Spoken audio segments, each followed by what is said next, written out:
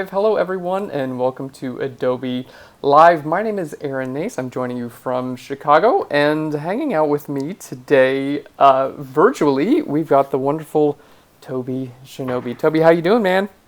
I'm doing all right. How you doing? I am doing absolutely fantastic. It's so good to be hanging out. Um, kind of cutting this down to the last minute. We were just having some audio uh, some What happened? audio troubles trying to get that figured out, but we are good to go. I'm so excited about today. Let me just go ahead and get up our chat. If you guys are watching the stream, be sure to join us in on our chat as well. We're in Behance .net/live, and it's so exciting to see everyone here in our chat. So if you've got any questions today for either me or Tobi, please let us know. We've got Keith, Dustin, Bear down in Chicago. Oh yeah, Cody Bear linking up Tobi's Instagram. Fantastic. We've got Victor. We've got Steve Festus. Hey Aaron, how's it going? I'm so excited to see everyone here in the chat. We've got a really fun day. So before we go ahead and jump into our broadcast today, and Tobi's going to be showing us some awesome things in Lightroom, let's go ahead and take a look at our schedule. So today's schedule, we can see we started off with getting started in graphic design with Paul Tranny, our Photoshop Daily Creative Challenge with Paul Tranny as well. That was at 9 in the morning. There we go. We've got photo retouching now with me and Tobi. Next, we're going to be jumping into the Illustrator Daily Creative Challenge with Julia. And then we're going to branding and identity design with Chris Porter. We've got our Adobe XD Daily Creative Challenge with Jesse. And then our draw along with Kyle T. Webster. That's going to be so much fun. And then we've got our design off with Voodoo Val and Sam Peterson. Oh my gosh, we're going to have such a good time today. All right. Well, Tobi, before we share our screen, can you just give everyone kind of a heads up on what they're going to be learning today? So I was going to take you through Lightroom and just basically go through some of my favorite tools and how I would how I would edit some of my favorite images. So I typically know how I'm going to edit a shot when I take it, but this is kind of like the other end of it. So, you know, if you look at my YouTube channel, you'll see a lot of how I shoot things. And then here we'll go through and edit. And, you know, any questions you have, I'll be able to kind of answer those live. Fantastic. Would you mind just bumping your audio up just a tiny bit? Sure. Sure. Fantastic. Yeah. Is that better? There we go. Yep, there we go. Cool. Go ahead and speak a little bit more if you don't mind, Tobi. Mike. Okay, fantastic. Looking good, dude. Okay, do you want to go ahead and share your screen and we can get started off here in Lightroom? Great. Can you Fantastic. see that? So, Okay. yep, you're on the bottom right corner of the screen and I'm on the bottom left, and we are jumping into Lightroom. Looking good, dude. All right. Let me just adjust something. All right. Cool. All right. So let me start off with, there's an image I wanted to start off with, which is kind of a technical image to get started with. But one of the things I've been really appreciating just recently is that Adobe's added Luminance mask tools. In fact, they haven't added it recently. They've added some tweaks to it recently, but I'm a big fan of Luminance mask tools, as you'll see from tutorials I've done online. But this image here is like kind of right for making most use of that. So I just wanted to kind of take you through that. I guess, first of all, what I'll start by doing is showing you how I would deal with an image. So I guess I do things a little bit differently. I kind of start from the bottom and work my way back. And it's the same when I'm using Adobe Camera Raw. I will go to the end tabs and then work my way backwards. I don't know why I've always done it that way, but it's always been just something that's worked for me. And so starting from the end, what I'm going to do is, first of all, just kind of correct this for any distortion that it might have. I tend to shoot very wide, and this is a good starting image to kind of show you what I would do with an image like that. So I guess, first of all, Let's start off by using the upright guide tool. So this one here, when you click on this tool here, and Aaron, can you see everything I'm doing? I can, definitely. So I would use this to kind of just basically bring the image to as close to perfect as you can get. Obviously, you can't get an image perfect, but you can just get it as close as you can. Um, so what I would do is start by placing a point on the left and coming across to the right. And just it allows me to kind of just straighten the image out a little bit more than it already is. So just by going down the lines in the picture, which should be straight, you can really start to really tweak the image to what you want it to be.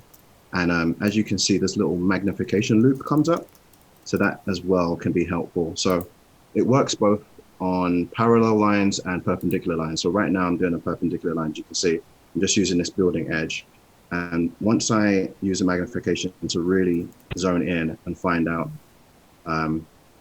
where the lines are, you'll see it's adjusted the image. So I'll then tweak this further by picking another line out. I've made things a little bit difficult for myself because this image is a bit dark. So what I'm going to quickly do is scroll up and brighten the image a little bit, just so I have a frame of reference. So let's just bring the exposure up just for a second so we can see what we're doing. And then I'm going to pick another line in the image and just drag it out. Now, these are guidelines. It's not like a hard and fast rule. This image, I'm using the painted line in the street to kind of get an idea of where it should be straight. But I know from a memory, this line wasn't exactly straight. So what I'll do is I'll use it as a guideline. I'll place this here and see if it adjusts the image the way I want it to be. It's kind of there. And now I'm going to pick another point on the right-hand side and come down. Let's try that. You see, it's just adjusted the image slightly. That's cool. This, and you can see if I turn it off and on, you can see the difference it makes. In some later images, I'll show you how powerful that tool can be. So that's where I'll start off. I'll start off by doing that. I like to. This is a habit I've got into, and I'm not even sure if I should really say this because it's a habit I've got into just because some of the older images I used to shoot. Some of the lenses I had when my budget was a lot lower, there was more color fringing. But it's just a habit I've got into, just basically taking out the edge. So where you have very high contrast images, where there's a contrast between a very light part of the image and a dark part of the image, you're going to get some color fringing. And so I typically just add 5. Oops, to both of these. It's not a massive amount, but it's just one of the things I've got into the habit of doing, which you shouldn't always do, but it's just like something I like to make sure it makes me feel comfortable about every image I do. It's kind of like it's one of my kind of stamps of approval. So cool. Tobi, can I ask you a question? Sure. I noticed you're doing all this manually. You're doing your manual lens corrections, your horizon corrections, straight edges, and things like that. Is there a reason why you prefer doing this manually over the automatic tools that are built into Lightroom? It depends on how quickly I need to get an edit out. Automatic is great, great starting point for a lot of things, but I guess with photography and editing, there's a craft to it. And I think my camera is struggling right now. Let me just switch to my backup camera. There we go. You still got a visual on me? No, I don't have a visual on you, but that's okay. We'll do the backup camera. It said internal temperature too high. There we go. Yeah. There he is. Let me just adjust this. It's always good to have a backup and then another backup and then another backup. Give me 1 second. Let's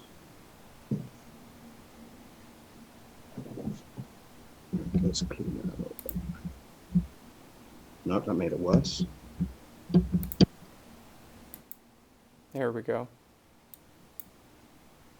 That's terrible, isn't it? All right. A little lens cleaning. There we go. Cool. We're just adjusting the audio. Thank you so much, everyone, for letting us know. I was a little bit too loud, so hopefully I'm good to go.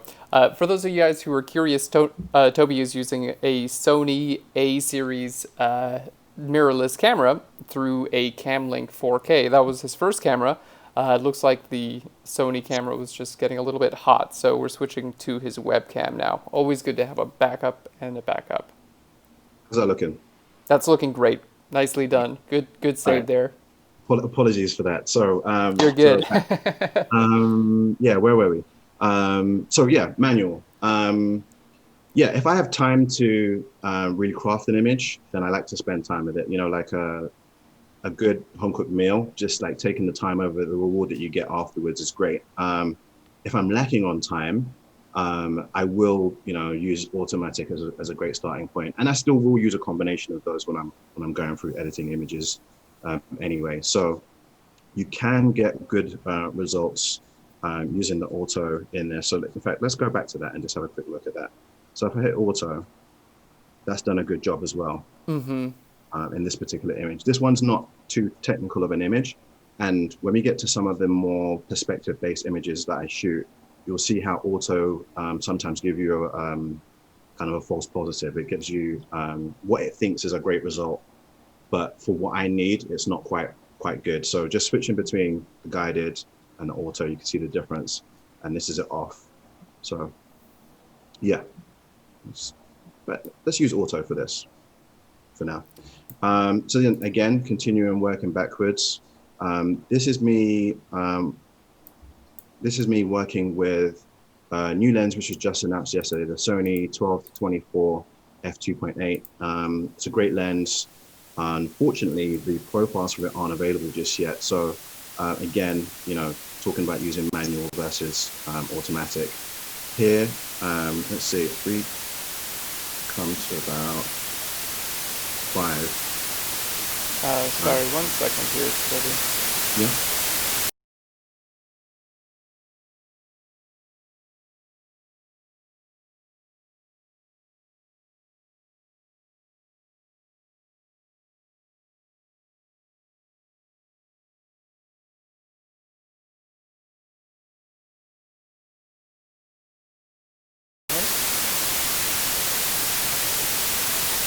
Sorry about that. 1 second here.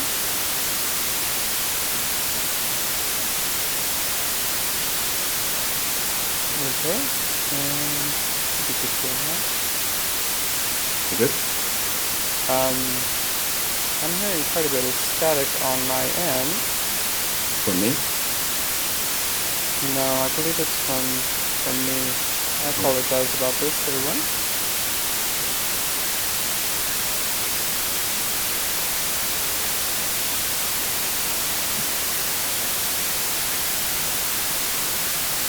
All right.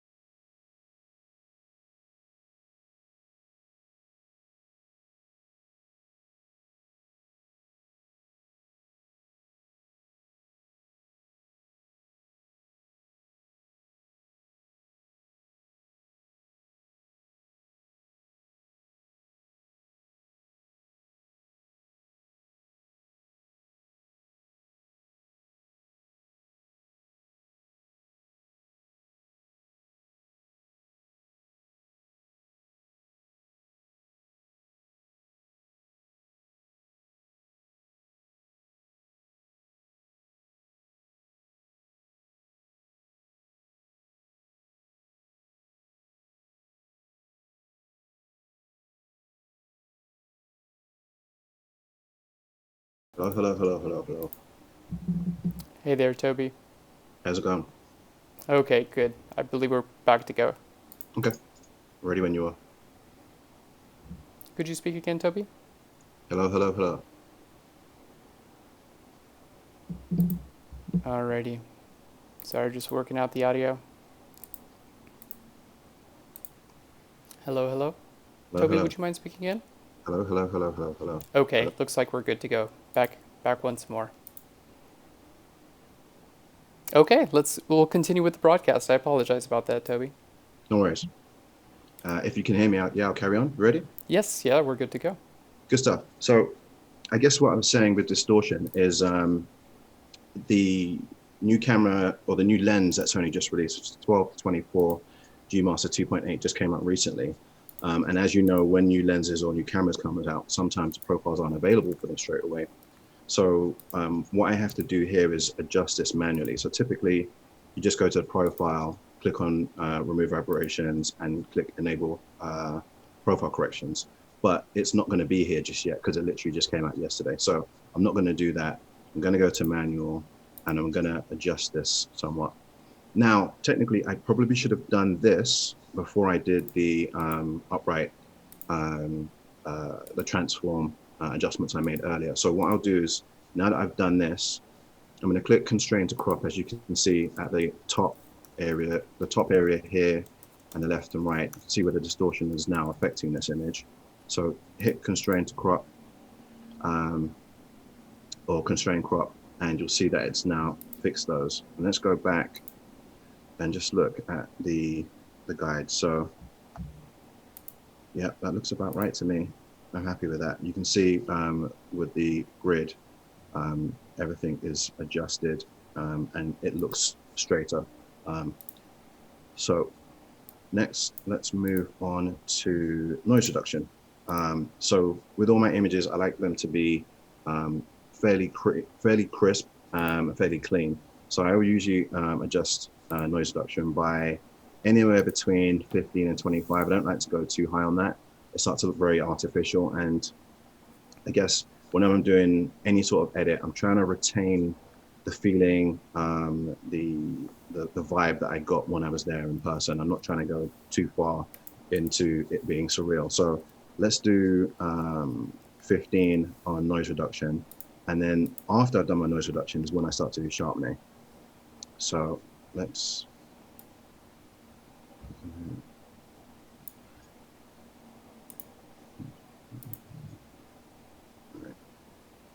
so let's do the sharpening. So I tend to go fairly sharp on images. And one of the cool things I like to do with my sharpening is if you hit the Option key, I'm not sure what this is on PC, so you'll forgive me, but hitting the Option key and then moving sharpening will change the image to black and white, which takes out the distracting colors for the purpose of the sharpening. So if we go, let's leave it on 100 for now.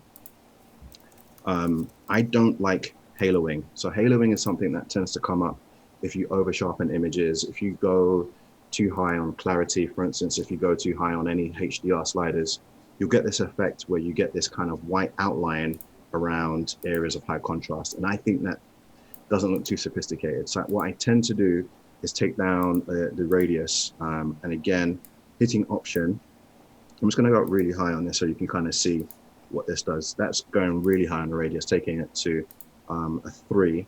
I'm going to go down to 0.8. I'm going to take the detail up to, let's say, 35. And here's my favorite part of masking. So hitting Option key and then going onto the masking slider, you can start to see which parts of the image are affected. So can you see that there, Aaron? Yeah, definitely. That's super cool. So I don't need the whole image sharpened. So I'm going to come down, take the masking all the way to the top, and you're going to start to see the parts of the image which I want to be sharpened. And I think this is not something that everyone's aware of. You can also do this on Lightroom Classic. It's a bit difficult to unlock, but if you put down, if you're using your iPad or you're using Lightroom on the phone, you basically need to do a 2-finger slide. So put down 2 fingers when you're sliding the masking slider, and you'll get that kind of almost negative image appear. All right. That basically just helps you understand like where you're actually going to be applying this effect. Exactly. Okay, cool.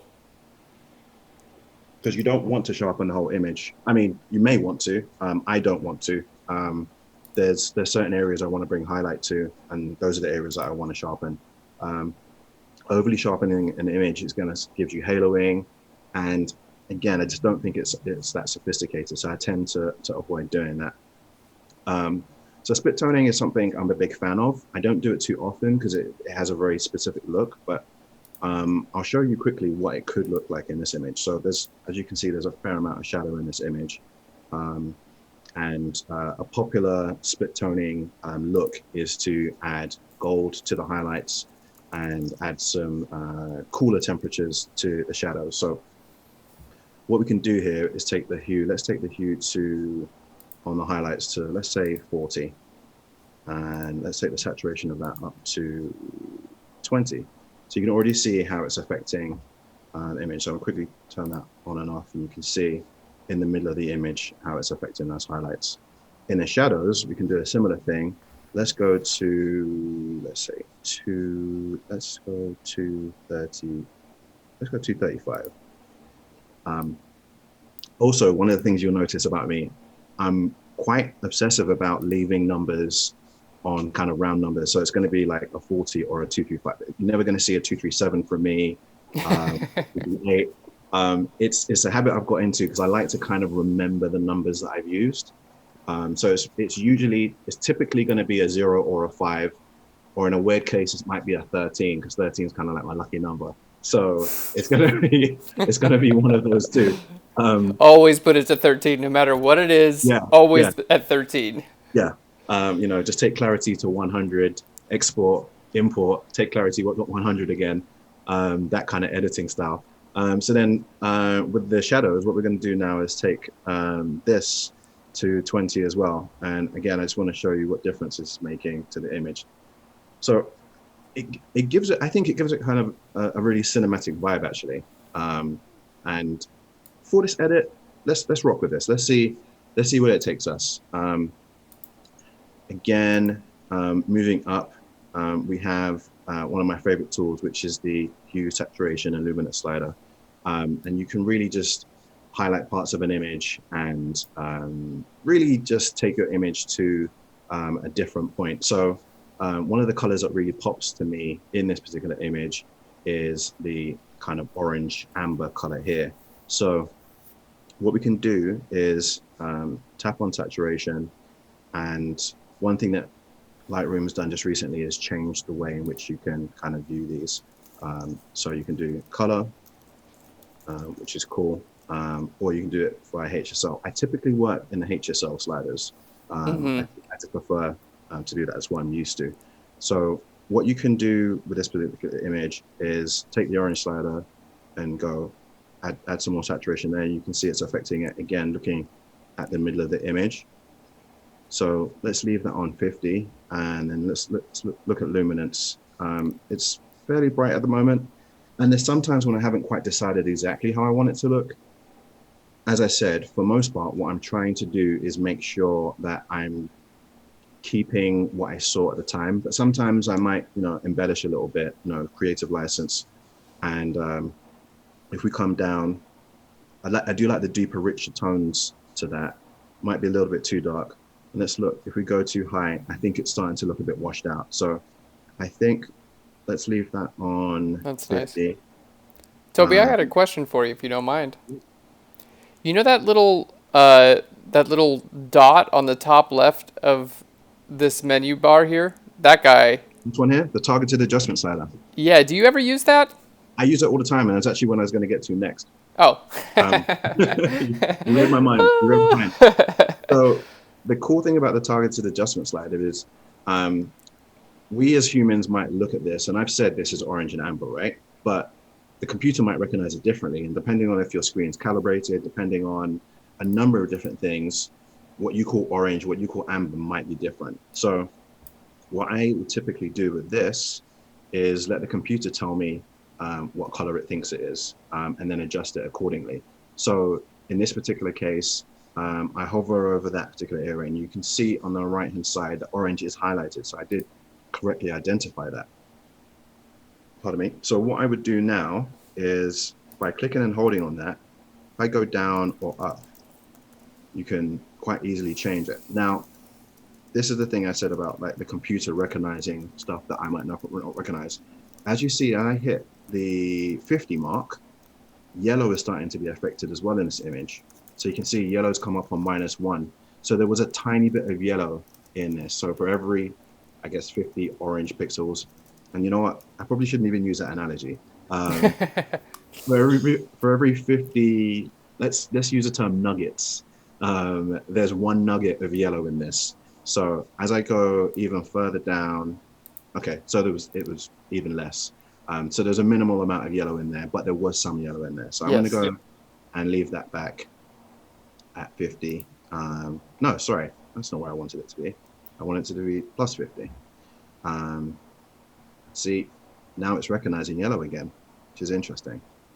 Yeah, I think All it right. depends like exactly where you click. You know, it's like one Yeah, pixel to the left or right, it's going to shift that. yeah. So what I did just there is I double clicked on saturation to reset everything. And again, because I use the 0 and 5 system, I can remember that, this was 50. Whereas if it was like a 47 or, whatever else, you'd be like, damn, was it 47? Like you just have all these random numbers in your head. So that's how I kind of work with the computer to just make sure I'm doing everything that I want to do with it. So yeah, so we have decrease our luminance. And for those of us who aren't that familiar with the terms hue, saturation, luminance, hue would describe the color, I guess, tone. So moving left, and you can see I can take the orange to closer to a red, which gives it a more rusty feel.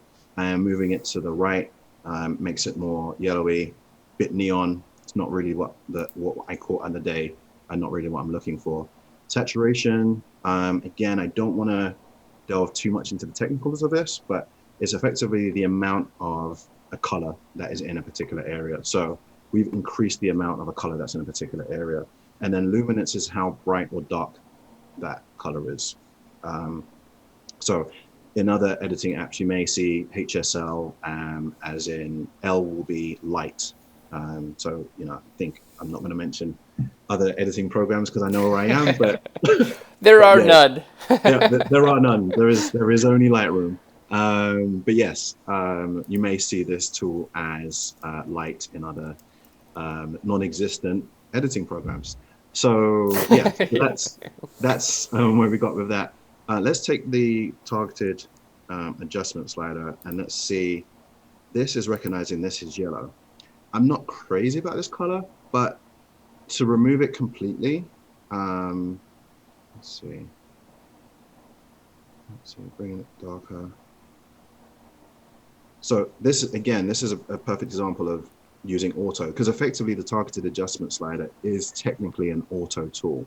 So as I'm moving up and down, you see it's affecting my orange, which we just spent time adjusting to get it to the right spot. I'm going to hit Command Z and reset it to what it just was. And I might adjust that later. But if I wanted to get rid of the saturation in that area, because I know there's only, I think what the agreed upon term was nugget, because I know there's only a certain amount of yellow nuggets. I'm going to take the yellow down, and you can see it's adjusting it and not massively affecting the orange in the bridge, which is highlighted. I won't take that down too much. I'll take the saturation down to -50 on that, and I'm going to increase to compensate for what I just took out. I'm going to increase this to, like, say, a 65. And let's look at luminance again. Let's take the luminance down. Yeah, I think that's in a good spot. All right. Any other colors here that we want to adjust? So I'm a big fan of the Chicago Transport Authority. More so the trains. I moved to Chicago almost 4 years ago now, and there's something about the trains which are kind of just, I mean, Aaron, you know this, right? Like They're iconic. they're iconic. I don't think there's been any crashes. That's what I think someone told me, that I think there's been maybe one crash. And what's crazy about the contrast between London and Chicago is that seeing a train fully exposed is kind of wild to me because in in the UK we're very much safety conscious. So you would see a railing of some sort, and it would obscure the view of the train. So being able to see the train in in its full unadulterated glory is amazing to me, right? You can get some really interesting compositions, and nothing says Chicago Train Authority more so than its blue logo. So let's add a little bit of blue to this little doohickey here. Um, and let's bring up the saturation. Let's go 35. And luminance wise, I think I'm going to make it a little bit darker because that's definitely closer to what it looks like in person. Um, cool. Color wise, I think we're good. Yeah, I think it Uh, looks really good. Could we show a before and after, Toby? yeah, let's do that. In fact, what I'm going to do is, does that help? Can you see that? That helps. Maybe let's get rid of our sidebars on the left and right if you don't mind. Yeah. Yeah, that's really, really nice. It just feels like the image has a little bit more life to it. It's tough to say exactly what it is, but the warm and the cool that you put into it made a huge difference. And I'm seeing the shadows are even brought up a little bit with that cool in there. Mm-hmm. Yeah, it's made a big difference. Now, we did have some questions here in the chat. People are seeing that little red area in the reflection of the building. Someone said it was Spider-Man's reflection. Can you comment on on what that red area is? I mean, Spider-Man's New York. I mean, if Yeah, he's in Chicago, exactly. I This is mean, he may Spider be trying. Dude. It's a different one. Yeah, the knockoff Spider-Man. Yeah. Spider-Man's reflection. That's funny. Yeah, he might be trying to avoid COVID. You know, Getting out of that New York. that red mark there is basically showing areas of my image which are clipping, which we will get to. But if I turn, you can see I'm just in this top right-hand corner here. By turning that on and off, it's not Spider-Man or Spider-Dude's reflection, but it's just letting me know that that part of the image, if I leave the image as it is, there is no detail there. And it's helpful to know when looking at an image whether you are clipping, because you may be losing details which are integral to the image. In this particular case, I might not adjust it just because it's such a small part of the image. It's not intrinsic to the overall look, but it's worth knowing that you have this image. You have the ability to check that there, and you can do the same thing on the dark side as well. So I'm showing clipping here.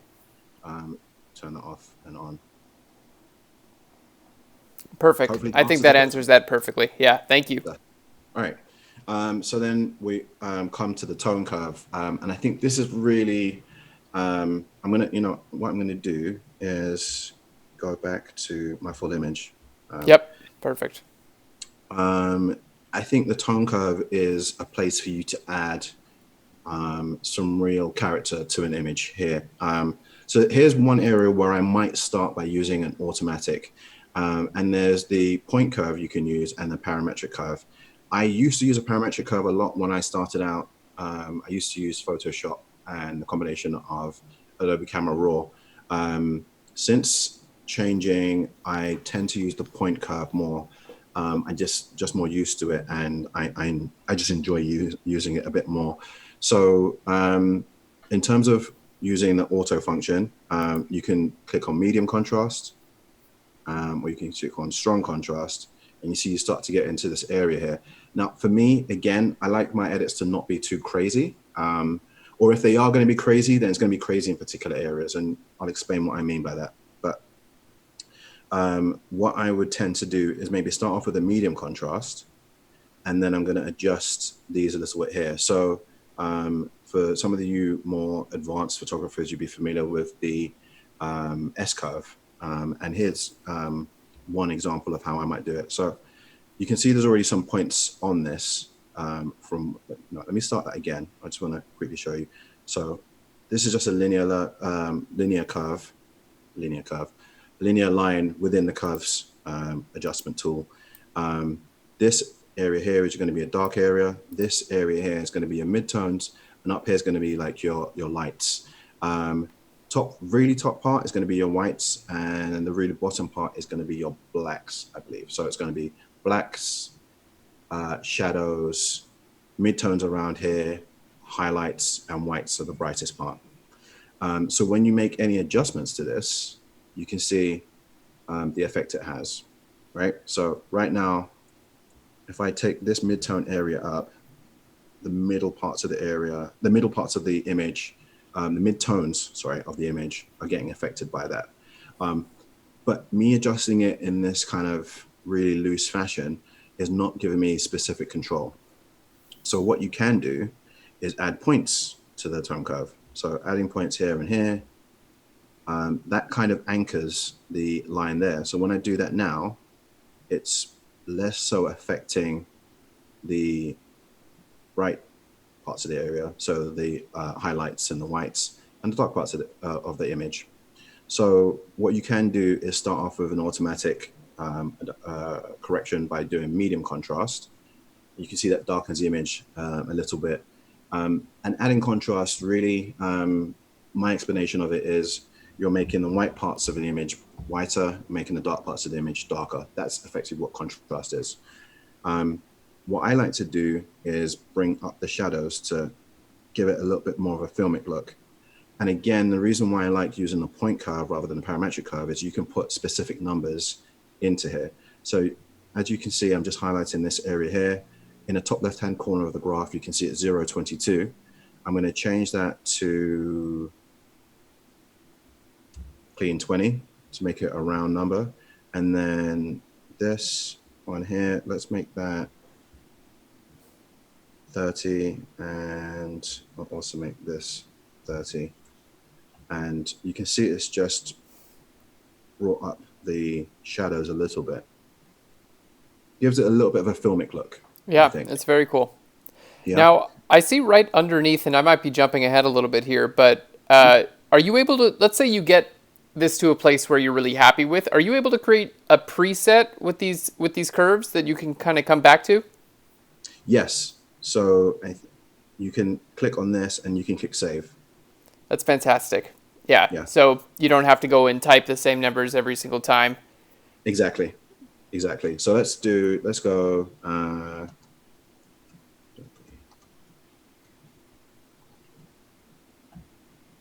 And hit save.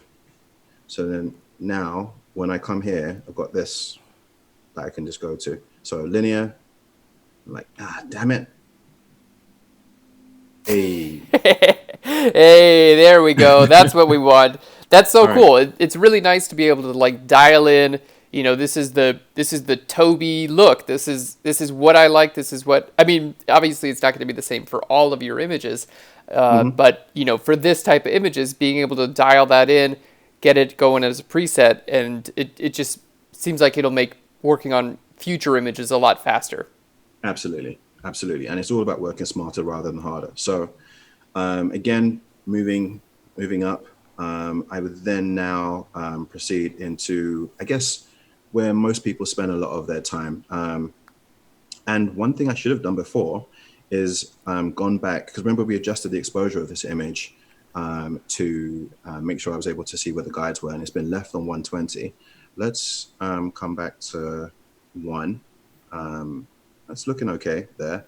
And then I do like there to be some vibrance in my images. And vibrance is a tool which uses algorithms to, rather than just add a blanket saturation to every part of the image, it looks at the parts of the image which are low saturation and it adds saturation specifically to those areas. So it's kind of like a smart saturation tool. And so I tend to use that more so.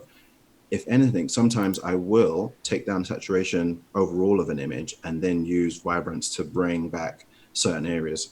In this particular image, you're not going to see a massive difference. And I find also with split toning, you can get some interesting outcomes. So what I'm not going to do in this particular case is do that. I'm just going to add a little bit of vibrance. And you can automatically see when I'm doing that, that orange part of the bridge, again, is really starting to pop a little bit. So let's leave that on 35. I actually like that part of the bridge. And you're like, wow, why is he focusing so much on the bridge?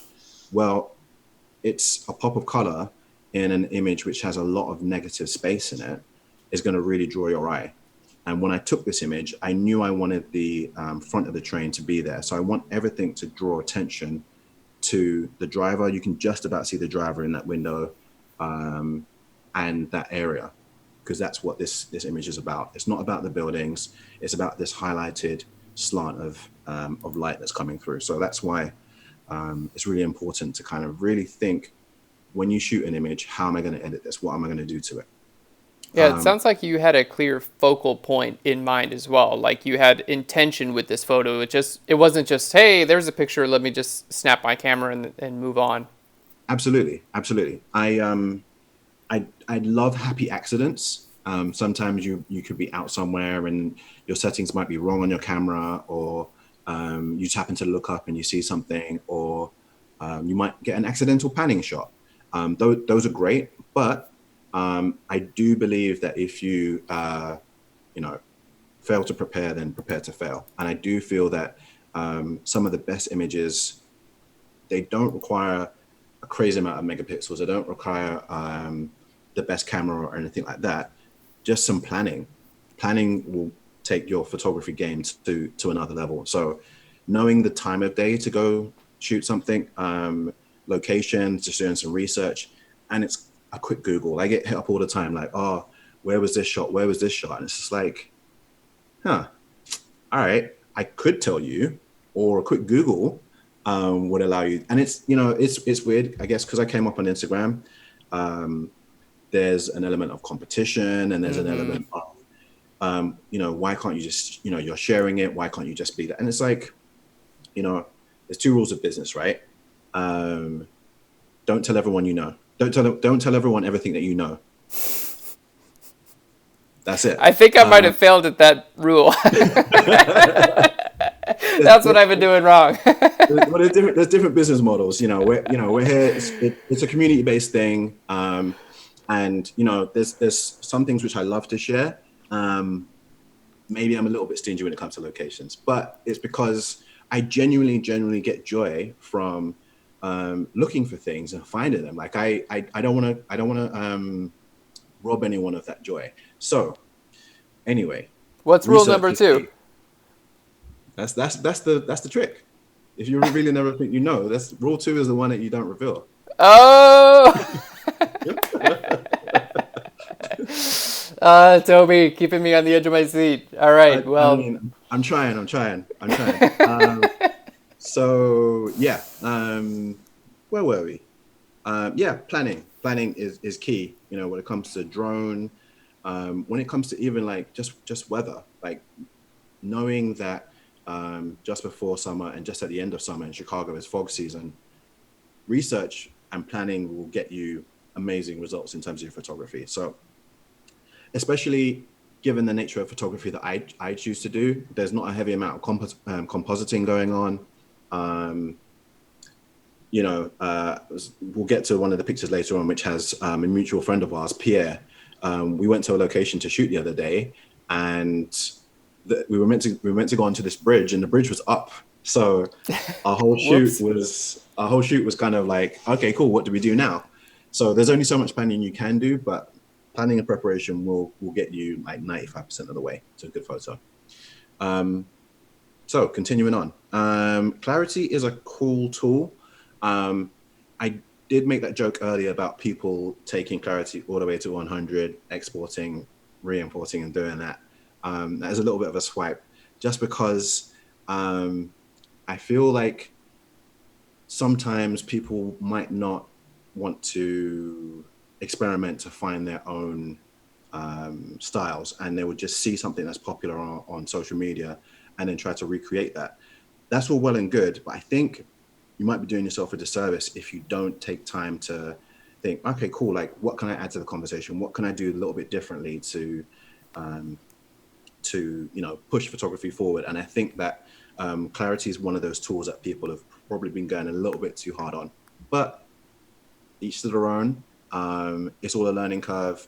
We've all been through it. I've definitely been guilty myself of some edits which I would not dare show to the world now. And I say part of that in jest. I think it's all part of the learning process. We all will look to each other for inspiration and stuff.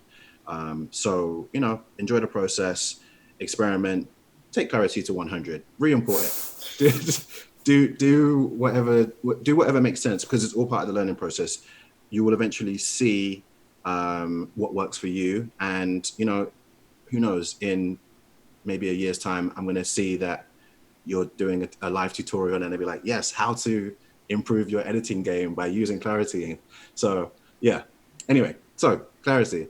Um, Again, because I like things to be a bit more subtle, I don't like to go too hard on any of these tools in the presence section here. So just by adding, let's go back a second. So this is 0, this is 20, this is 35, and this is 25. And I think just subtle things, you can start to see some of the detail. Let's do this. So look at this crispy detail here. Oh, what aperture are you shooting at here, Toby? This was shot at 2.8. At 2.8, and it's that sharp. What's your focal length for this lens?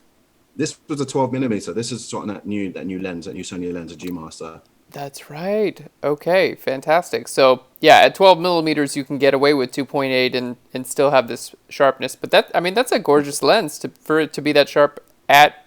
Is it a 2.8 lens? It is a 2.8 lens. Yeah. So that's wide open. It's a G Master lens.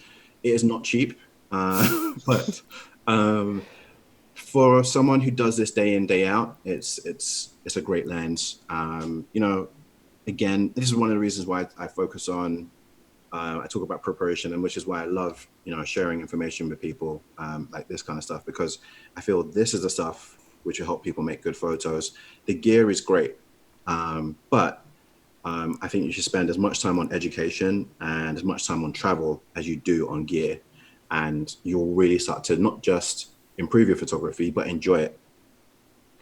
Yeah, I completely agree. I've noticed the same thing with my work, and I feel like through my photography journey, I started off with very inexpensive gear, whatever I could afford, and then kind of moved up a little bit, and gear has gotten better and better throughout the years that I've been shooting, but it's still very noticeable when I plan a shoot and when I don't, and it really doesn't matter. I could be shooting with very high-end gear, and if I don't bring intention into the photo shoot, then it becomes very obvious. And photos that I did 10 years ago with, much less expensive gear, where I had a little bit more of a concept and a little bit more of a plan, those photos will always win out of, planning and concept will always beat technology, in my opinion. Absolutely, absolutely. And one of my favorite quotes about photography is, the best photos taken in history were all taken on a camera worse than the ones that you own now. Probably And worse than our phone cameras, honestly. yeah, yeah. So the webcam right now, which I'm using right now, The backup people have webcam. taken, yeah, people have taken amazing photos on, cameras which now we wouldn't consider industry standard by a long shot. So I think it's really important to just remember that it's really about what goes on in here as opposed to what you're holding in your hands. I Um, completely agree. so we get to the tone area. Texture is a good tool as well. It's similar to clarity. The algorithm, and by algorithm, what I mean is the program used to determine what's affected by this particular tool, that works similar to clarity, but I think it focuses on the midtones more. And I don't want to take that with a pinch of salt, because I don't want to say something which is technically inaccurate. But what I'll quickly do is show you, by going down, you can see taking the texture down to -100 start to make the image really, really soft. That might be the look you're going for, making it look kind of dreamy. That's not what I'm going for here. Taking it to the other side makes it really gritty. Now, you might want to do that. Let's zoom in. That doesn't look too bad, but it's not what I'm going for. So let's take this down to, let's leave it on 25. Let's add a little bit of texture to this. All right. Cool. And so we've already done a lot to the image, and we haven't really messed around with the tone part of it. So Yeah, we've that's cut the surprising. profile out. I gotta say, when I'm editing in Lightroom, I think that I do this in reverse. Usually I'll Mhm. start off with exposure, highlight, shadow, things like that. Do you have a reason why you're doing it in this way? It started out when I was using Camera Raw, and I think a lot of the correction tools are on the far end of the toolbar, and so I'd fix like cropping first. I would fix distortion, chromatic aberrations, all that kind of stuff, and then work my way backwards. And then when I transferred to Lightroom, I just kind of continued it. And I encourage everyone to kind of develop their own workflow and see what works for them. This works for me. I don't always do it in that order, but I often do. Sometimes I will get the tone in order first and then jump to the back and then work my way back up. But I know it's just one of the crazy things I do to get the images that I want to get. Yeah, Um, definitely. Well, I think yeah. the lesson here is Lightroom is completely it's non-destructive, so you can make these changes at any time, Mhm. and it really depends on what your personal style is and what your personal preference is. Absolutely. Cool. Absolutely. Um, and so what I do want to do is increase the blacks. Um, let's see. Do I want to do that? No, I don't want to do that. What I do want to do, because the image is already very close to what I want it to be. You know what? We will focus on tone on a different image. Because the reason why I brought up this particular image is because I wanted to really enhance the negative space on this. And I wanted to use a tool that I've become a big fan of, which is the Luminance range mask. So I'm going to show you that now. So the first thing I'm going to do is I've clicked on the graduated filter tool. And then what I'm going to do is drag here. So what I should have done first was double tap on effect to reset everything. So the cool thing about the graduated filter tool is you can make whatever you do, whatever effect you do, you can make it graduate from one point to another. So this midpoint is where the effect will be at 50%, and this top part, sorry, I say top part, this end part here on the right hand side is where it's going to be at its least. Max, and everything behind that is going to be, or to the left of that, is going to be at max. Midpoint, 50%, and then, so whatever I'm going to do now is hit O, and you can see effectively whatever you do is going to be affected like that. So let's drag this here. And again, you've got quite a bit of control over these tools. And that's one thing I really like about Lightroom is that you have a crazy amount of control and they keep on adding more to really allow you to highlight the areas that you need to get the image to the place that you want it to be. So by bringing the lines closer together, the ramp or the graduation is shortened. So there's a reason why I'm doing this. I'm going to hit O to get rid of that mask, and then I'm going to take the exposure down. Let's take that to 1. So I really want all of this area here, all this negative space, to not really have much detail at all. I really want this to be a really stark image. So this area here, I want to remove that as well. But check O again. You can see it's somewhat affecting the train here, and I don't want it to do that. So what we're going to do, hit range mask, and then we're going to click on luminance. And Aaron, can you see everything I'm doing here? Yeah, it's brilliant. I love these sliders. The addition of these range masks, honestly, in my opinion, made Lightroom as a program I took it to the next level. it's so much better. Like this Yeah, little option here, in my yeah, opinion, just it changed how I use Lightroom as a whole, and I'm so glad they added it. yeah. And especially like someone with your extensive skill set in Photoshop, having range masks which you can tweak and really bend to your will, it allows you a level of control it's not been seen before. So O, that's with it on. I'll take O because the O just really shows you where the mask is affecting. I'm going to hit Show Luminance Mask, and this area in red is same area, but it's letting me know when I change luminance. Again, what I said to you before, the L when you see HSL often is standing for luminance or light, which you will see in other non-existent editing programs, which we have no idea what those are. No, they don't exist. They don't exist. Fake news. So what you can do here is choose the area which is going to be affected. So you can see that I'm just here on the right-hand side of the slider. I'm going to take this part of the slider down, and you can see less and less is being affected. So everything that's red is currently being affected by this graduated filter.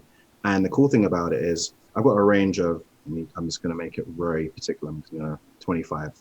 I was not feeling good about that being on 26 if that. So you can change the area, and this image, I'm gonna go into more detail on the luminance mask a bit later on, but I'm gonna leave that on 25 for now. And then to make it even more particular, you can change the smoothness of this as well. So you can see here, there's like a bit of a fade going on. I don't want it to be a fade. I want it to be a very stark contrast. So I'm gonna take the smoothness of this down. Let's go to 5 for now. I'm gonna take the luminance range mask off, and I want to show you what it's doing. So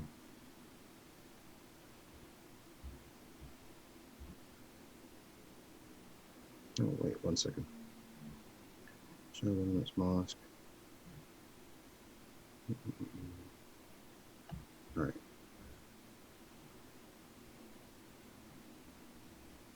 Take that off.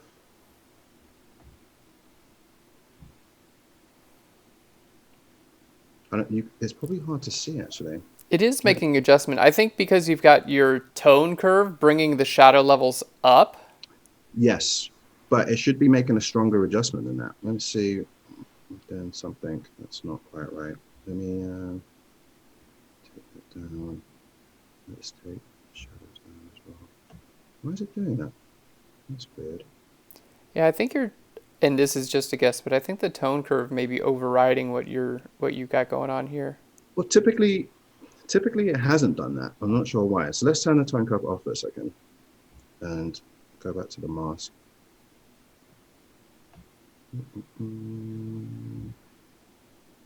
Let's click on that.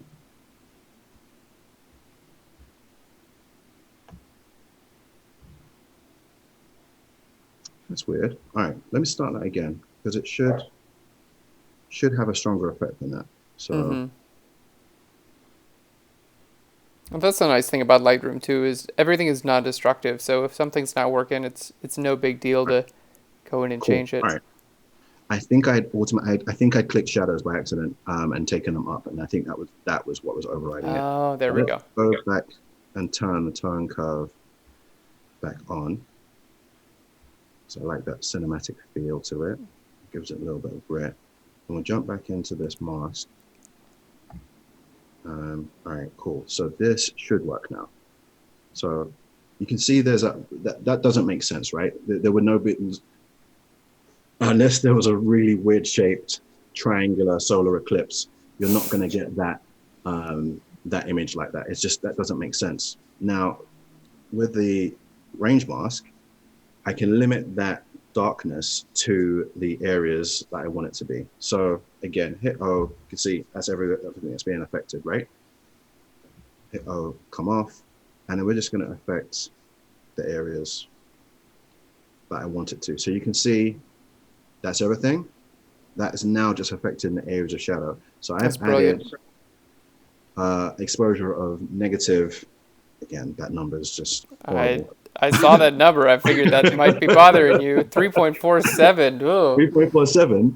Who's going to remember 3.47 if they come back? If they're trying to recreate this, they're not going to be able to remember that, right?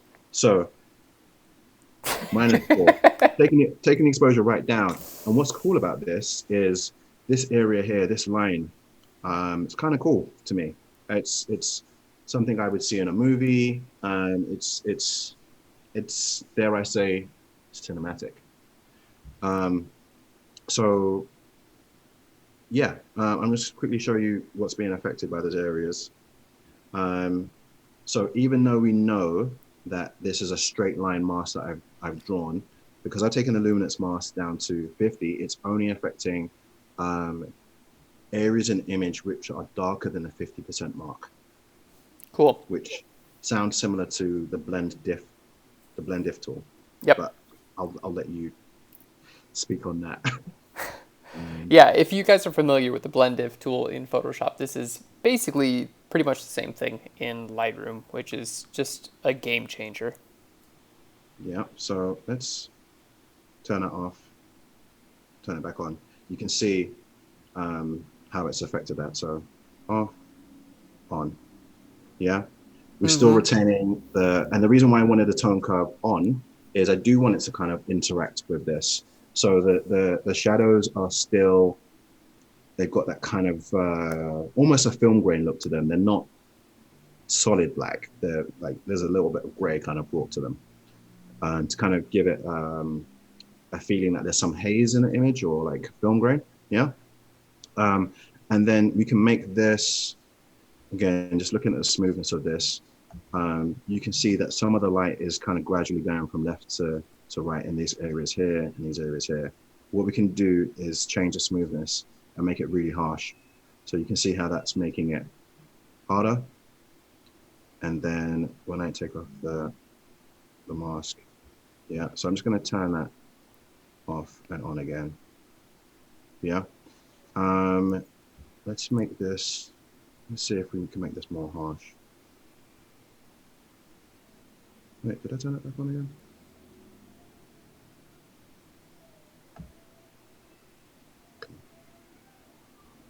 Right. Um,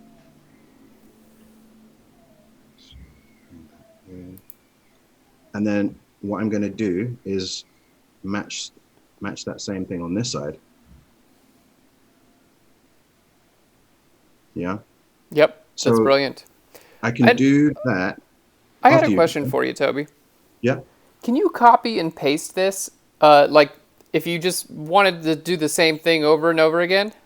absolutely. And that was one of the things I was just going to show you next. So you can quickly I'm drag and always drop. like, what's going on You're reading my next? mind. You're reading my mind. You're reading my mind. So you can do that, or by clicking on here, you can duplicate.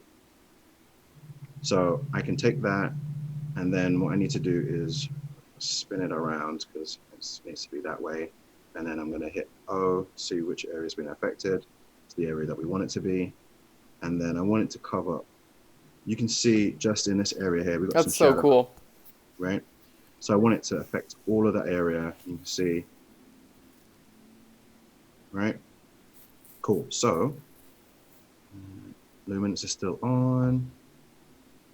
It's still affecting everything lower than the 35 mark. If I go increase it to 50, you can see it's going to affect more of the shadows. And it's also interesting, like if I go to 80, you can see it starting to affect more of the shadows here. So let's do that. Let's take it to 80 and do more of the shadows. And then I'm going to hit O. And you can see just how stark you can make this effect. So that's maybe a little bit too dark. Let's go.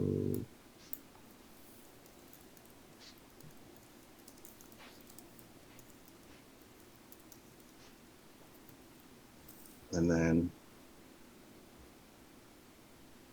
yeah, it works.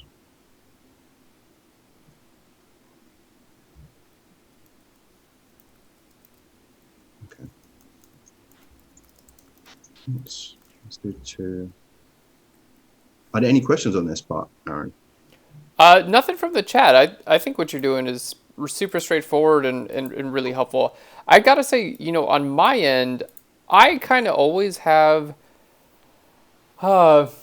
like my, oh, when I edit, I'm always like, oh, the darks are too dark. Let's make sure we can see all the information. The lights are too light.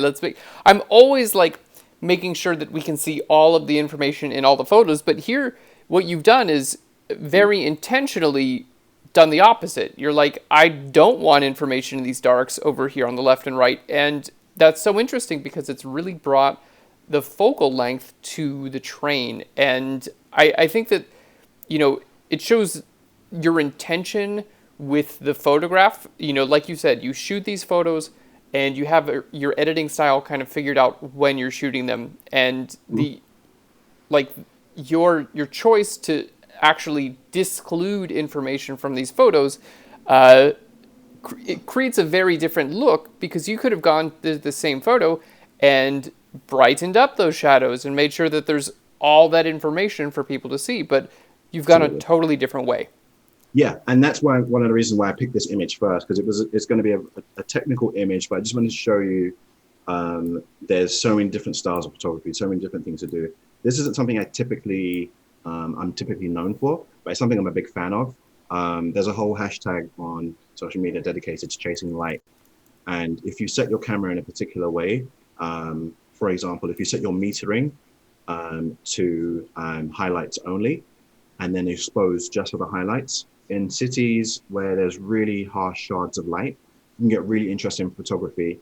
And again, this just allows me to focus on the driver here. So I know when I shot this, I was exposing to make sure that the driver is going to be exposed correctly. I wasn't really too concerned about everything else because I just wanted to focus on this sliver of light, right? So what I've done while we were Do you have talking, any tips for someone who might not have that metering mode in their camera? yes. So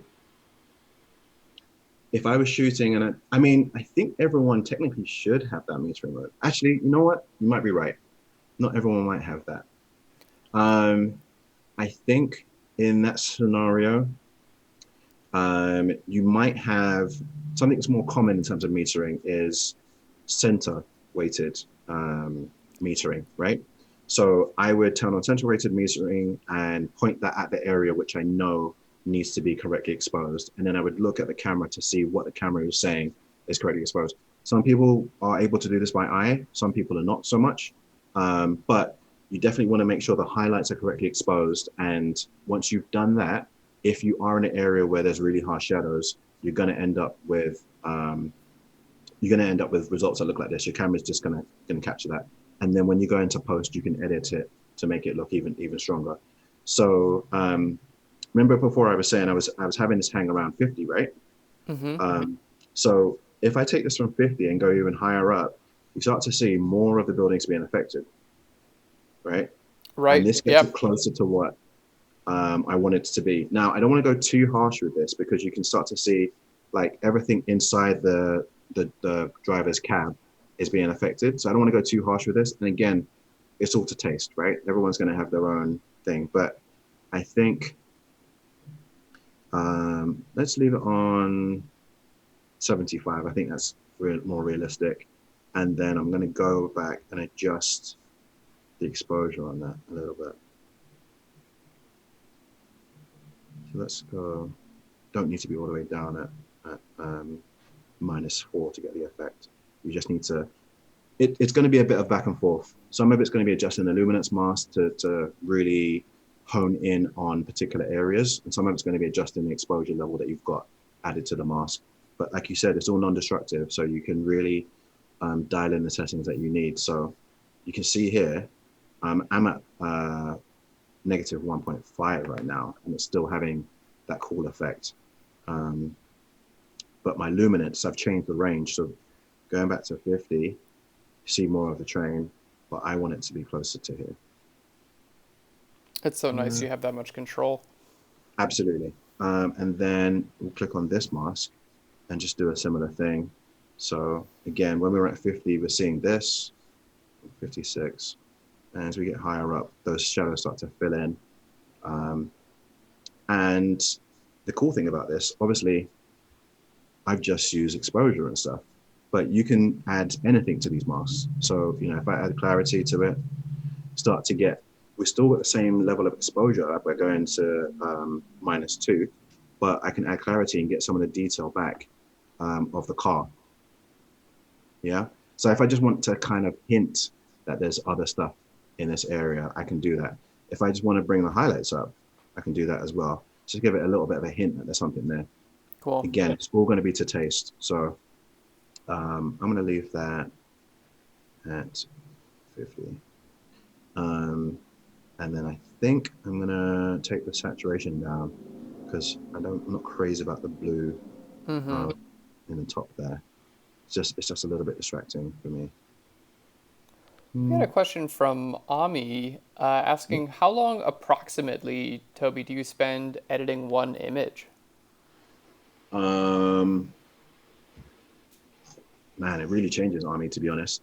Um,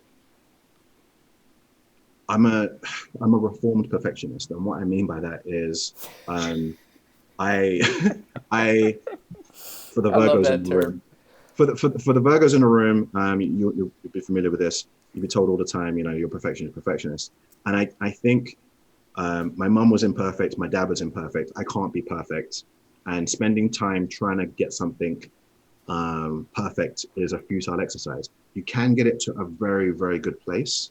And I could edit this. I could keep on editing this. I'm enjoying the time, with you guys talking about the process. I genuinely am.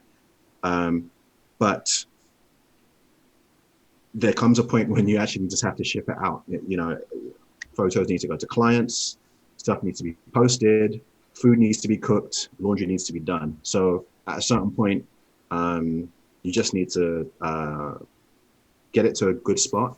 And it's about not throwing away the good in search of the perfect because um, it's really funny in an app, a non-existing a non-existent editing app, which allows you to kind of scroll and see some of the images you've edited. I remember one time I was scrolling through, and a good friend of mine, like he literally grabbed my hand and was like, "Stop! Like you haven't posted that."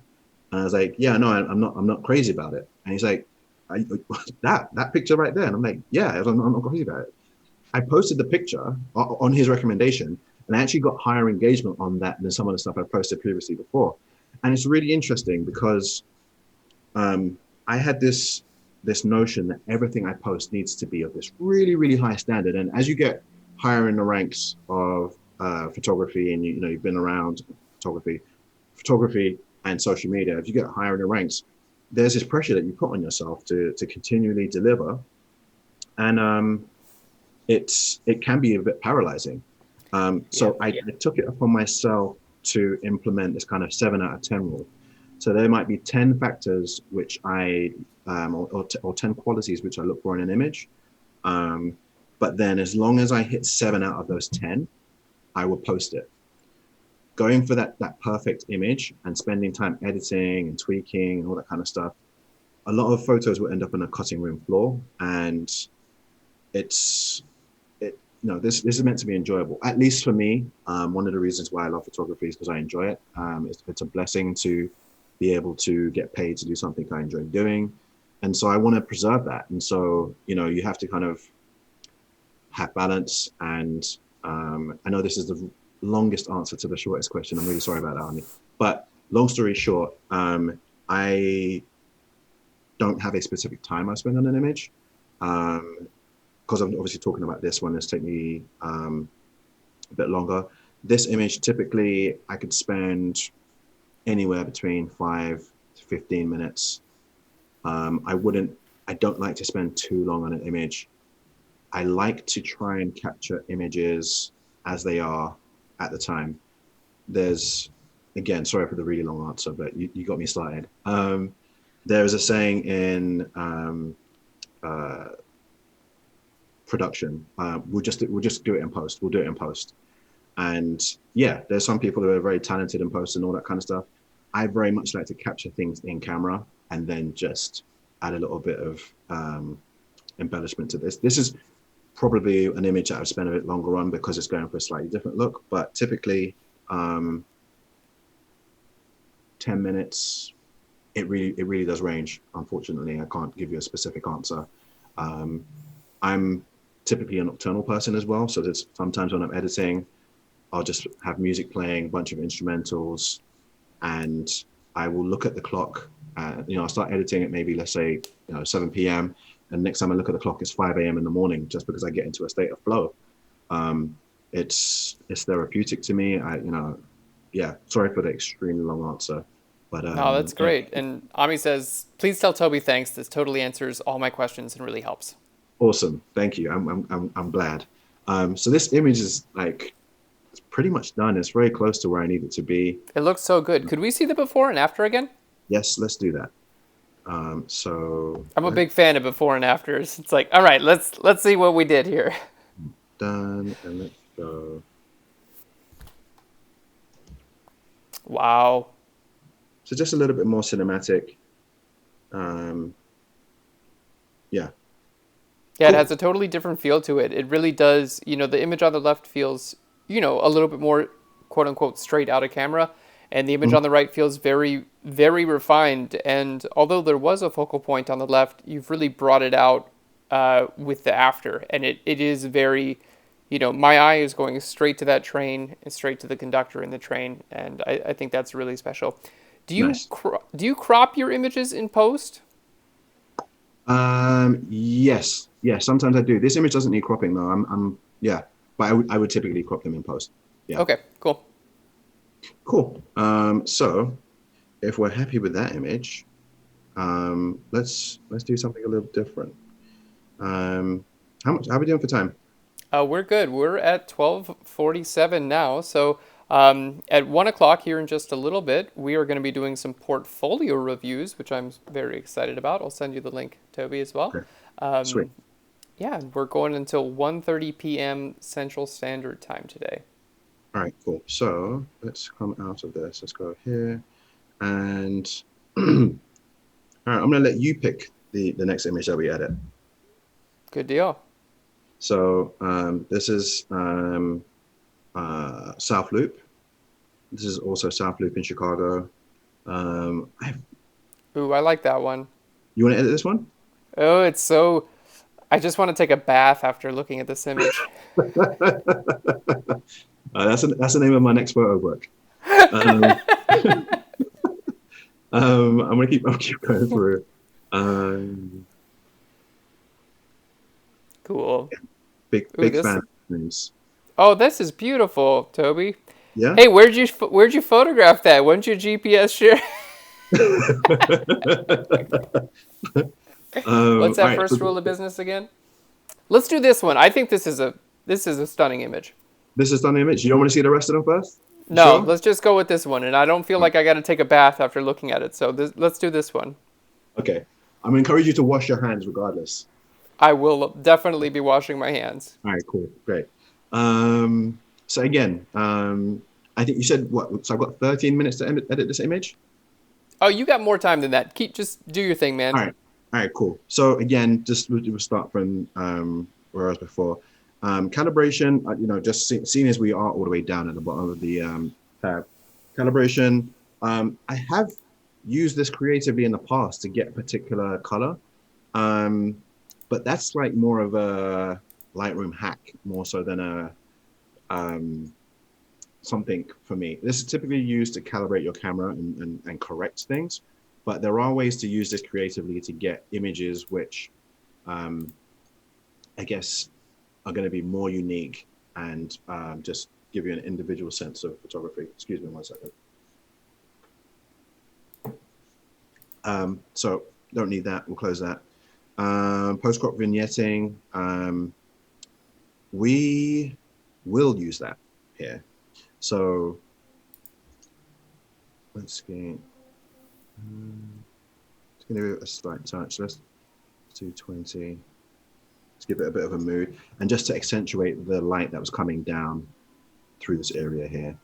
And then with midpoint, you can bring that in or out. Let's see what the start point was. Double clicking on any of the markers on the slider will reset it to its original position. That's nice. Let's see. Double clicking on the name of that tool will also reset it as well. Let's see. Yeah, let's leave that midpoint where it is.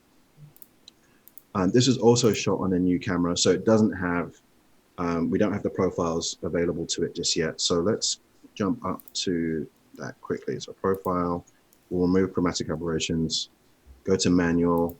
Let's see, distortion wise.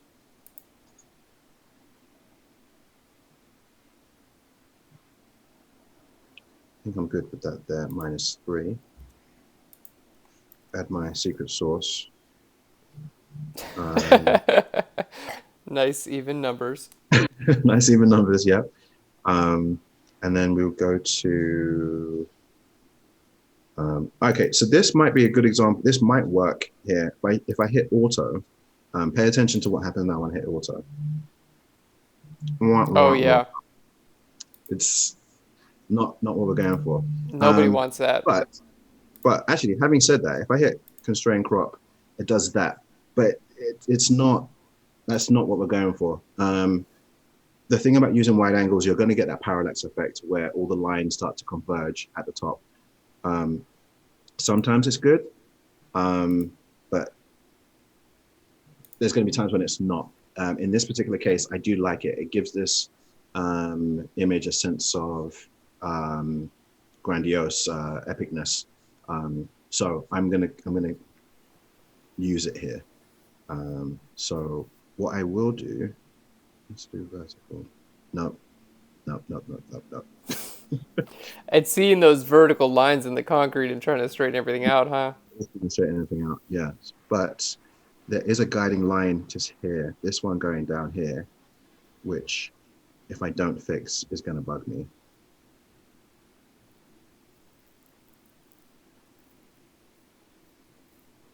All right, that feels better, and then I'm going to constrain crop. So That the constrained crop feels, just keeps you from having extra pixels in there. yes, it takes out the let's go Like vertical the again. white space. These white spaces, yeah. Yep. So off, and then that seems good. And constraints. Okay. All right. Vignetting we already dealt with. I don't know why there are two vignetting tools. There's more control over the earlier vignetting tool that I showed you before. So post-crop vignetting. I tend to use this one more so than this one. They both have a mount and midpoint, but I don't tend to use it too often in under the lens corrections tools. I think the second one, just thinking out loud, the second one probably is more creative, whereas this one probably deals with the vignetting that you would get from a lens. So given that this is a lens That's right. correction, Yep. that would seem to make sense. All right. Noise Keith reduction, asks, are you taking HDR photos or just a single raw photo for this? single raw photo. There are times when I will use HDR. So typically, I don't use any of the built-in HDR tools that you would find in a camera. What I do sometimes do is bracketing. So I'll take 3 images, one at a stop under the exposure, one at the correct exposure, and one over. And I'll do that where it's like really harsh lighting conditions. So say for instance, this area here had been like really, really dark and I wanted to retain some of the detail in this area. And this area here had been really, really bright. I want to retain the detail. Then I would take 3 images, typically on a tripod, and then merge the 2 images, merge the 3 images, and then using Lightroom, you can combine them. There's a way to do that. Um, there's a simple way, and there's a more difficult way. Well, I say more difficult, just a more technical way to do it using Photoshop. But yeah, you can do that. Does it answer the question? Yeah, definitely. Yeah. Um, so noise reduction, let's go 15 on this. Maybe let's be a little bit more surreal. Let's go to 20 because this part of the image here I want it to be fairly clean. Sharpening, I'll take that to 100 again. I'm holding Option to make it go black and white, and take the radius down because I don't want any haloing. And I'm going to show you. I'm going to quickly show you something because there's a quick way to kind of show you what haloing kind of looks like. So Option, take the radius up. So can you see the kind of white line around the edge in the middle? It might be difficult to see. I don't know how easy that is for you to see. Yeah, we can. Maybe would you mind zooming into the photo just a little bit, Toby? Yeah, let me, oops. There we go. All right. So option, so radius. That there is what haloing looks like, but imagine that on your color image. That's what I don't like to see. That Right. kind of really harsh white line next to any dark lines. That's what haloing does, and it just is the it's kind of one of the telltales of someone who hasn't been doing photography or editing too long. So I'd avoid this, guys, if you can. Um, so no bueno. So let's Yeah, and calm you can down. just bring your radius down, and usually that Mhm. takes care of it. Yeah, definitely does. Perfect. Good tip there. Cool. All right. So where were we? Again, my favorite part of masking is going into the matrix. And then I want to focus on the tree and the area in the background. So let's leave it on 65. I think that's cool. All right. We're in Brilliant. a good place. I'm not going to do any Fantastic. split toning here.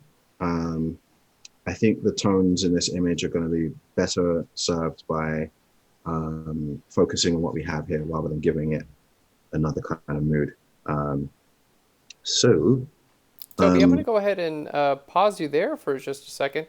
I I sent over on iMessage a couple links to portfolios, and we're just going to be doing a couple portfolio reviews to people who've submitted them in the chat. Thank you so much for everyone who submitted your images. We've got a couple links, and you can just pull them up right there on your computer, Toby, if you don't mind. on my computer or my phone. Yep, go ahead and pull them up on your computer, and then you can just put the web page right over Lightroom so everyone can see, Okay, let me if you don't mind. transfer these. I'm going to transfer these to my. Bear with me a Sorry second. about that. No worries. I can send them a different way if that's easy too. No, problem. Alrighty, and thank you so much, everyone, for submitting your portfolios. We've got time. We're going to be doing 3 portfolio reviews, and we'll spend about 10 minutes on this, Toby, if you don't mind. And then we'll be Yeah. finishing up our image today. All right. So let me do.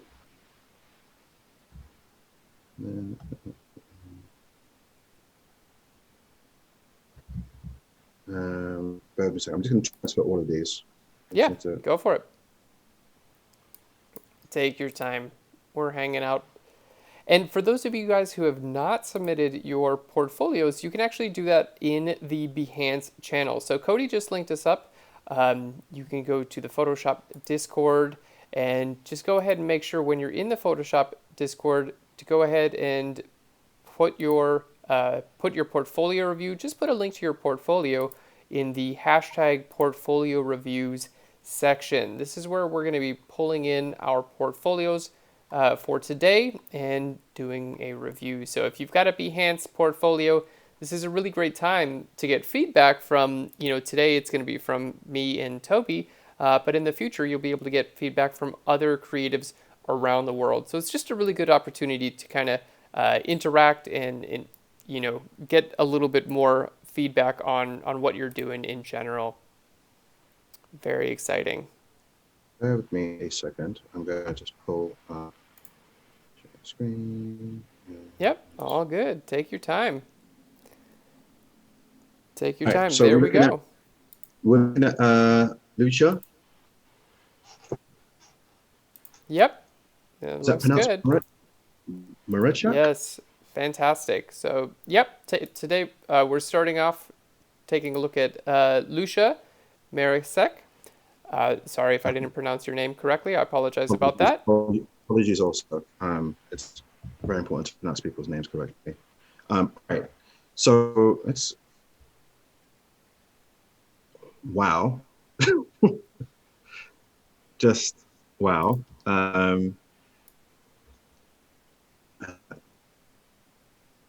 I mean, just yeah. I'm just soaking this in. This is really good stuff.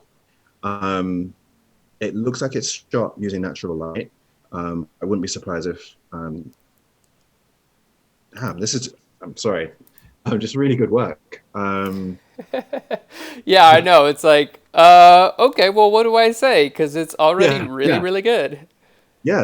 I mean, Lucha, you don't need to hear from me. Your work, the textures that you've used, the colors that you've used, um, the cool tones that you've used in this. Yeah, great. I'm wondering if you art directed this yourself, or if you've got someone to work with you. In any event, I'm loving the use of the texture, just the detail you have in the grains here, the detail you have in the pie or cake. It's really good. I saw a really interesting lighting setup just recently. I don't know if you've used this, but this gentleman took a C stand and then he had multiple points on the C stand with reflectors, multiple reflectors set up on the same C stand to highlight certain areas. So I noticed you've got highlight on the apple here and highlight on the, I guess I'm assuming this is an apple, um, to really bring certain areas into focus. Um, yeah, this is it's just the right amount of texture to make it really tactile and make you want to eat. This is awesome work. You don't need to tell you that. Let's click on let's click on another one of these images. Yeah, I like I love how all of these photos really feel like your work as well. They're edited in a similar style. They have a similar visual quality, and I get the feeling that looking at one of your images, I understand you as an artist, and I can expect similar quality throughout your entire portfolio. yes. I love that too. I think one of the reasons why it's important to focus on editing is because you can link multiple images together and just if you're trying to work in this business, just having a signature style or a number of signature styles that you can kind of call upon be really helpful in just having longevity. And you definitely have done that, Lucha or Lucia. This is I love the use of color here. It feels like you've desaturated a lot of the other tones and just brought out the ones that you really wanted to focus on. So the oranges and the greens, and then it seems like you've maybe added some use of the clarity and texture tools. Again, really tactile work. You can almost feel each of the individual elements that you put in here. Again, interested to know whether you use an art director, if you did this yourself, but just really, really stellar work. You should be very proud. Um, that is image as well, lots of texture. Trying to look at what this is. Is this a spice of some sort? I think it's star anise. It's a season like it's spice. Yeah. Huh. Yes. Yeah. Just really, really, really good work. I'm guessing you do this professionally.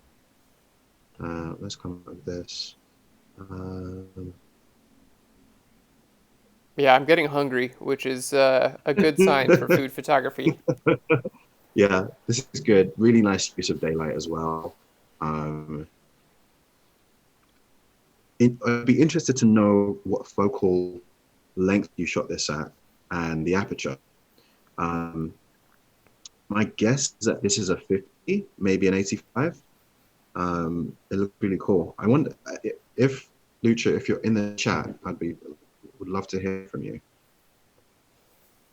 Yeah, I don't Excellent see work. Lucia in the chat right now, but people are asking the similar questions. They're like, okay, time to follow your work. And you guys, and Yeah, everyone can do so on behance.net slash Lucia Marikak. So Cody's linked up Lucia's URL right there so you can follow Lucia. yeah. And I'm actually glad that one of the first photographers that we're reviewing today is actually a food photographer. I shoot some food photography from time to time, not to this level, but I will say there is something to be said about learning from different styles and taking influences from different places, because this editing style might work really well for food, but you can also apply it to architecture. You can apply it to so many different things, product photography in general, the lighting techniques that you learn. I learned so much just by attending a wedding and turning up with my camera and I just ended up chatting to a wedding photographer, and we talked so much about like photography and all that kind of stuff.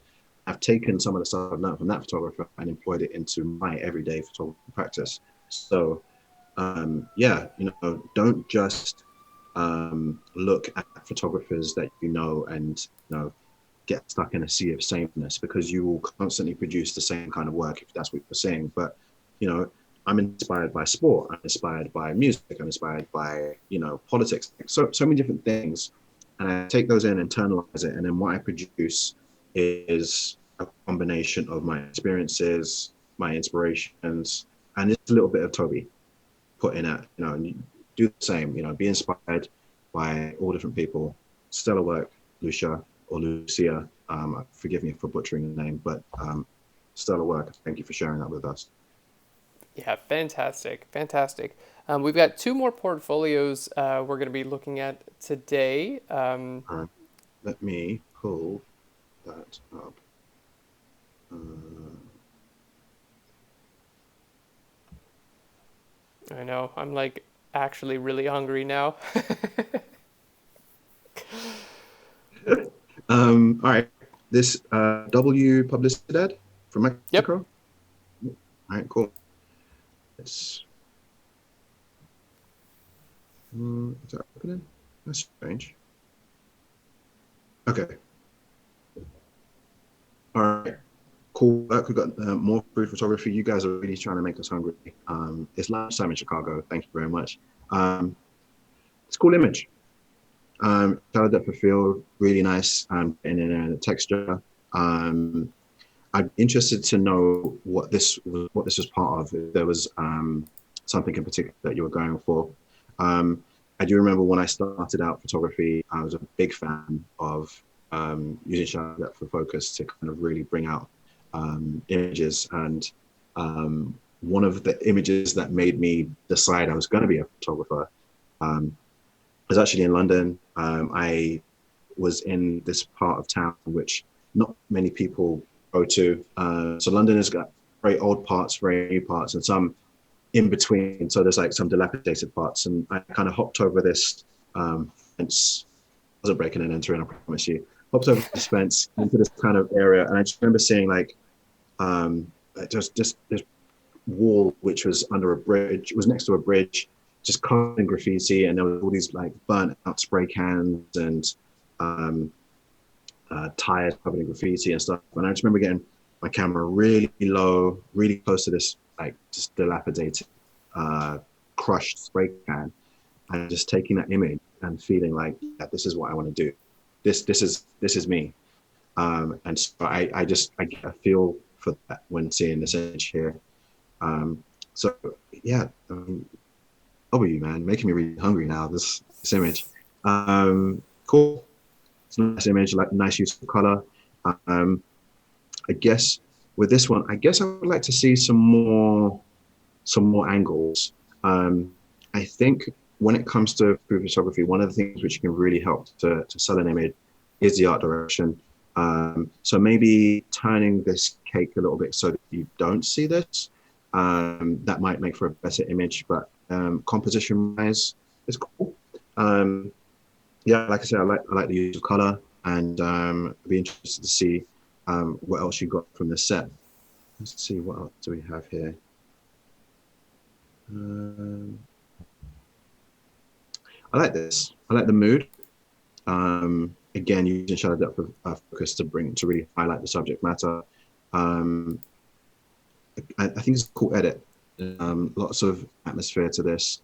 Um, it makes me wonder like what else is going to go on. It's almost like the you're setting the scene for something that would happen in a film. So I can imagine someone placing this cup down here and then it cutting to some more of something else. So yeah, good work. Let's see what else we Fantastic. have. Let's go ahead and take a look at the third portfolio if you don't mind, just trying to Sure. keep an eye on the clock here. Yeah. How long? We've got about 5 minutes left in our portfolio review, and then we'll jump Okay. back in, and then we've got about 10 minutes left to edit your photo, and then we're going to be handing it off. All right. Let's. Ooh, this is cool. All right. I see what's happening. I'm double clicking when I just need to click. This is a cool image.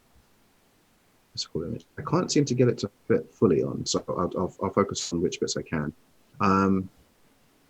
It's a nice scene. I'm a big fan of traveling and just exploring stuff.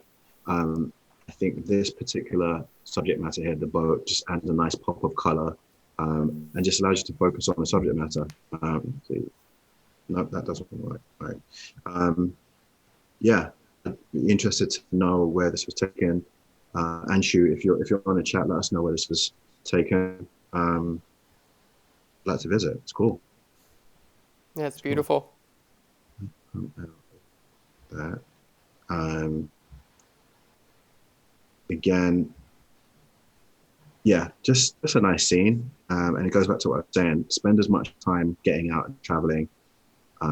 Spend as much time and effort on travel as you do on photography and equipment, and also learning as well. So this is shot in autumn. I'd be interested to know where this was. Let's go to, let's pick.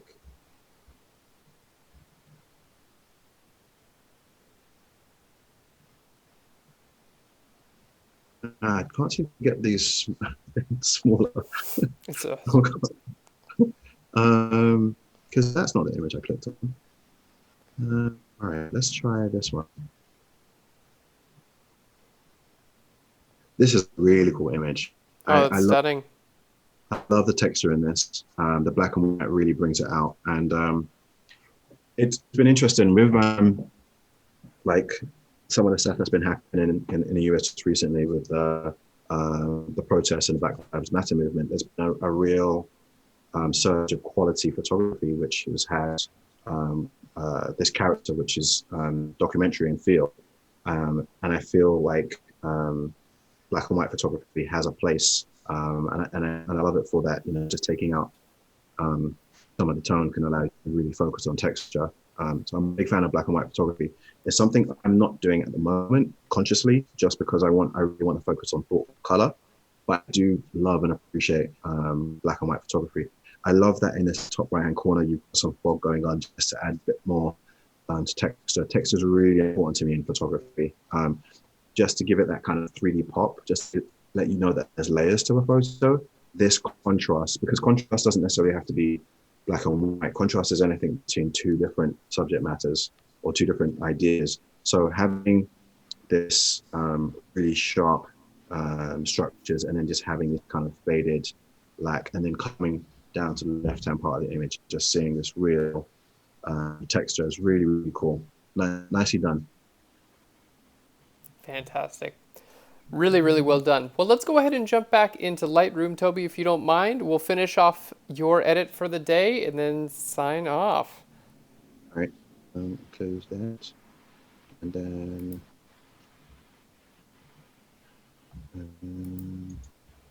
can you see me? There we go. You We're are good? live, my friend. Looking All right. great. So we've got All right. about a little less than 10 minutes. So let's Yeah. do it. Any questions before I go on? Is there anything that people want to address? No, I think we're all good to go in the chat there. Thank you. All right, cool. So with this image, again, straight away I knew when I shot this, I was gonna want to enhance the green. That pop of color will allow me to kind of separate it from the background, separate it from the overall surroundings, and just give you a sense of what the focal point is. Lots of my photography is focused on single point focus. So let's enhance that a little bit. So let's go to 35. Let's see. Sorry, that's brightening it. I want to do that. I want to increase the saturation first. Go to 35. See the difference it's making. So taking it down, taking it back up. Let's Oh, yeah, that's huge. leave that on 50. And then luminance, let's brighten it up a touch. And off, on. You can see the difference that that makes. And then what I'm going to do in this image is take out all the other tones just to really focus on this. So let's go into the red. There might be a touch of orange in some of the stuff. Yellow, there may be some yellow leading into the green.